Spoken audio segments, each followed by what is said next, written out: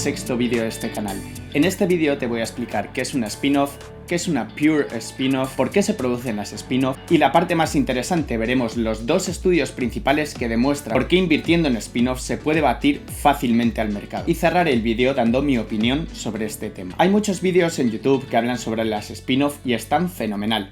Pero mi idea con este canal es que toda la información que considero relevante esté aquí. De hecho, el libro más clásico sobre este tema es este de Joel Greenblatt, Tú puedes ser un genio en la bolsa, que no se tradujo al castellano o al español hasta 2021, y en él se muestran los resultados que obtuvo Joel Greenblatt en su paso por Gotham Capital, que fue de un 50% anualizado, en gran parte debido a sus inversiones en situaciones especiales, entre otras las spin-off. En una serie de vídeos posteriores hablaré específicamente sobre este libro y sobre los casos que en él aparecen. Las spin-off forman parte de lo que se conoce en el mundo inversor como situaciones especiales y que incluyen las IPOs o salidas a bolsa, las fusiones de adquisiciones, las situaciones de bancarrota y un sinfín de situaciones que podemos ver en pantalla. Desde los años 70 se popularizó el uso de spin-off en el mundo corporativo.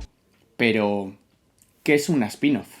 Una spin-off no es más que la escisión de un negocio, de una división o de una subsidiaria de una empresa que podemos llamar matriz, formándose una nueva empresa que es totalmente independiente. La casuística que lleva a las empresas a hacer una spin-off son muy variadas. Puede ser que la matriz tenga distintos negocios sin sinergias entre ellos y quiera separarlos, pueden ser negocios similares, pero que uno de ellos lastre la rentabilidad total por tener menores crecimientos, mayor ciclicidad o menores márgenes. Puede ser que tengan varias marcas dentro del mismo negocio, como en los holdings de automóviles, de marcas de ropa, etc., y que habría un mayor interés de inversores en invertir solo en la mejor marca, como pasó con Ferrari y recientemente con Porsche. Puede haber casos en los que, para evitar que el regulador considere que la empresa tiene una posición monopolística, deba separar una de las divisiones. O pueden ser casos donde, para salvar una división rentable, se cree una spin-off mala o estructura donde se metan los negocios de peores crecimientos y con un endeudamiento elevado. A veces, con más riesgo, puede llegar a ser más rentable, dependiendo de la valoración, invertir en esas spin-off malas. Ahora bien, los motivos por los que se hace una spin-off pueden llevar existiendo ya varios años en la empresa, pero solo hay un momento en el que la directiva decide hacer la spin-off, y los motivos por los que lo hacen son los motivos que debemos descubrir cuando analizamos cada una de estas situaciones de spin-off de manera independiente. Hay muchos motivos que se suelen citar para llevar a cabo una spin-off, por ejemplo, una reestructuración corporativa, en algunos casos para simplificar los negocios y hacerlos más invertibles, o porque la directiva considera que el mercado está penalizando la cotización al no distinguir los distintos negocios que forman parte, por ejemplo, de un conglomerado. Otro caso puede ser que no cumplan con una determinada normativa, por ejemplo, con los requisitos ESG, porque uno de los negocios sea menos ético a ojos de la comunidad inversora, por ejemplo, las armas. De hecho, este 2023, en el segundo trimestre, va a haber una spin-off de este tipo. En ella se va a separar Vista Outdoors en dos de sus negocios, que son el de munición y el de accesorios deportivos. A lo largo de las últimas décadas, tanto las spin-off como sus empresas matrices han sido objeto de OPAs con mayor frecuencia que sus competidores. Como en las OPAs se suele pagar una prima por encima del mercado, esto genera mayor valor para los accionistas. O sea, en definitiva, la decisión de la directiva haría que se produjera una más eficiente transferencia de valor. También puede haber cambios organizativos, reducciones de costes de personal, un enfoque mayor de la directiva en cada una de las divisiones, un sistema de incentivos para esa directiva que esté más alineado con la generación de valor en cada una de las divisiones y que lo que se llama el capital allocation, o básicamente a dónde destinan el dinero, que se haga de una manera menos administrativa y más enfocada en generar valor en cada uno de esos negocios. Cuando se habla de invertir en spin-offs suele haber varios mantras. Uno de ellos es que invertir en spin-offs siempre es rentable. El segundo mantra, y que está bastante extendido, dice que el mejor momento para invertir en una spin-off es a los 6 meses desde que sale a cotizar. Lo que se suele argumentar es que los fondos rebalancean sus carteras y viendo que esa spin-off puede ser pequeña en tamaño con respecto a los criterios que tiene su fondo para invertir, o bien porque los analistas no la analizan bien y por no complicarse se mantienen solo invertidos en empresas esa matriz. Es cierto que estos argumentos son verdad en algunos casos, pero hay otros casos donde sencillamente la spin-off se produce entre dos empresas que prácticamente facturan lo mismo, con lo cual este argumento deja de tener sentido. De hecho, la casuística en spin-offs es tan grande y tan variada que algunos de los descubrimientos que se hicieron en esos dos estudios que hablaremos luego no terminan de coincidir con los descubrimientos que hizo Joel Greenblatt y que comenta en su libro durante su época como inversor en Gotham Capital. Los dos estudios que veremos luego surgen de hecho a raíz de ver en los periódicos financieros estos mantras repetidos continuamente y lo que pretendían era ver si eran o no ciertos. Antes de entrar en el detalle de los dos estudios me gustaría hacer dos consideraciones. La primera es que los dos estudios se centran en lo que se conoce como pure spin-offs, o sea, las que están exentas de impuestos o tax-free y con un reparto igualitario de acciones o pro rata distribution of shares. Esta consideración de las pure spin-offs en las que se centran estos estudios es importante porque para las autoridades americanas todo lo que no sea este tipo de distribución de acciones se considera a efectos impositivos un dividendo, lo que quiere decir que en estos otros casos, cuando te reparten las acciones, no estás obligado a tributar por ello. Para estar exentas de impuestos, deben cumplir con el criterio de la Internal Revenue Code Section 335, bajo la que la separación debe ser de por lo menos el 80% de las acciones y en el hipotético caso de que la matriz mantenga una posición o mantenga unas acciones de la subsidiaria, estas no deben constituir lo que se llama un practical control de la subsidiaria. La segunda consideración que quiero hacer es el periodo de análisis de estos estudios. El primero de ellos, el de Cusatis, se publicó en 1992 y analiza todas las spin-off que hubo desde 1965 hasta 1988. El segundo estudio, que prácticamente sigue la misma metodología que el primero, se publicó en 2004 y amplió el periodo de estudio hasta diciembre del año 2000. Lo primero que vamos a ver es cómo hicieron la selección de la muestra. A través del estudio de diversas fuentes de información, llegan a una muestra de 815 casos de spin-off desde 1965 al 88. Clasifican todos los casos en 5 categorías, que son las que se muestran en pantalla. La idea era, como comentamos antes, separar a aquellas que fueran pure spin-offs. Al final, de las 815, se quedan con 146 casos. En la tabla se muestra el detalle de las operaciones cada año, por sector y por tamaño promedio, tanto para las matrices como para las spin-off. Se puede ver que se popularizan a final de los 70 y la actividad es grande a lo largo de los 80, con un mayor valor de las operaciones. Sobre todo, los sectores con mayor actividad son servicios financieros, empresas de comercio mayorista y minorista y empresas energéticas.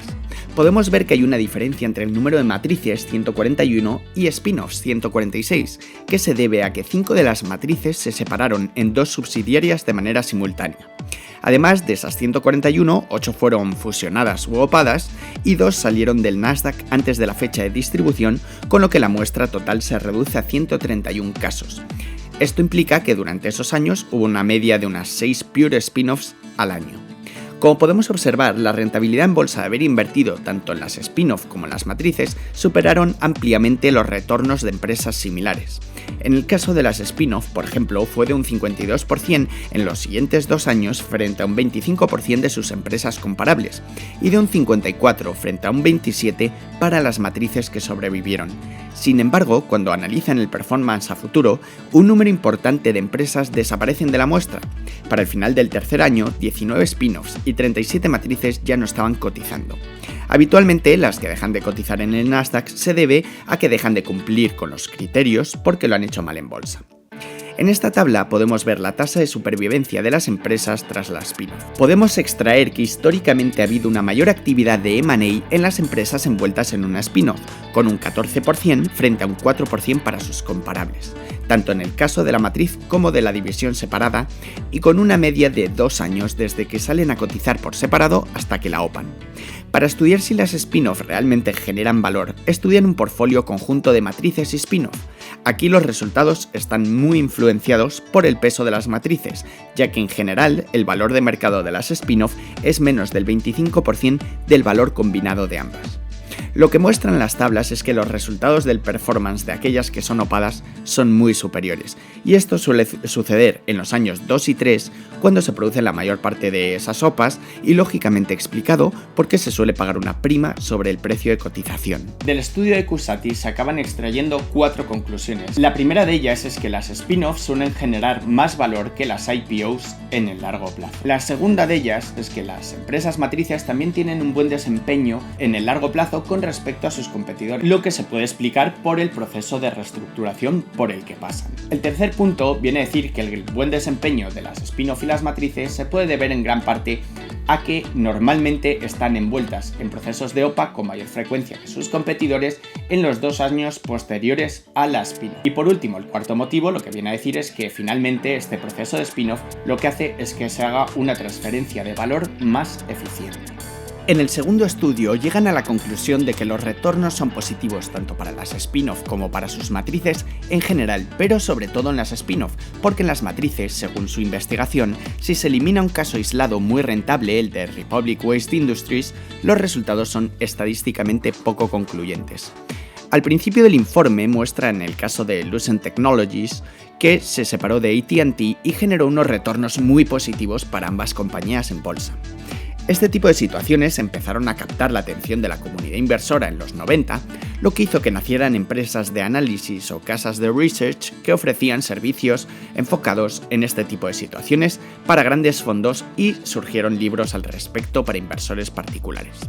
Como comentamos antes, existe el mantra de que no deben comprarse las spin-off en los primeros meses desde que salen a cotizar, bajo la premisa de que se producen ventas forzadas debido a que el tamaño de las spin-off a veces es demasiado pequeño para los requisitos de los fondos o porque dejan de estar dentro de los grandes índices como el S&P 500. Este estudio parece mostrar que cuando más se revalorizan las spin-off es durante los primeros 12 meses desde que salen a cotizar. El procedimiento que siguen para conseguir la muestra es el mismo que en el estudio de Cusatis, solo que con un horizonte de más años de estudio. Veamos ahora las conclusiones del estudio.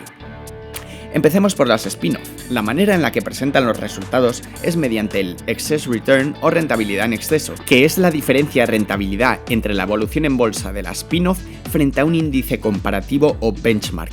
En este caso presentan dos. La línea continua representa empresas de su misma industria y con un tamaño equiparable, y el segundo, la línea discontinua, con respecto a empresas de su mismo tamaño y una valoración en libros similar. Es evidente, viendo el gráfico, que la rentabilidad fue muy superior. Si nos fijamos, a los 24 meses, el exceso de rentabilidad está en el entorno del 25%, lo que coincide bastante con los resultados del estudio de Cusatis. En el caso de las matrices se sigue un procedimiento similar.